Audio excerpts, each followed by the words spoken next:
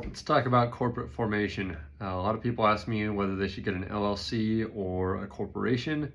And in California, at least, the distinction is essentially non-existent as far as the powers, the protections, things like that. The real distinction is how they are organized. So corporations are governed by bylaws, and the power and control in a corporation is determined by shares.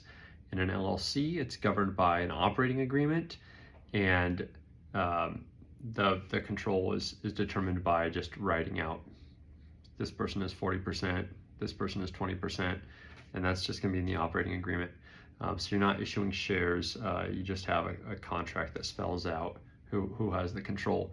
And anytime you want to bring on more people or expand it or shrink it, you just amend the operating agreement to reflect who has what percent ownership and whether they have management control or whether they just have, simple like silent partner, they have ownership, but they don't have any function in it. It's just all written in the operating agreement. So operating agreements is super flexible, and you don't have to deal with issuing shares and handling all that stuff.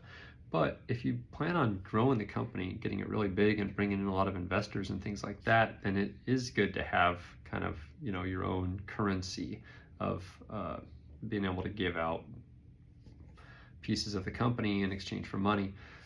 So if you're doing a lot of that, then a corporation makes more sense. If you think it's going to be more tightly held and you're not going to be bringing in a bunch of outside investors or people investing small amounts of money, then the LLC is probably the way to go. But as far as having the corporate veil, LLCs are or having an S corp, or you have tax pass-through benefits. Those apply equally to corporations and LLCs in California. They're both governed by the Corporations Code. And so a lot of people think, oh, I want the corporate veil, I want, to shield me from getting sued. LLCs have that.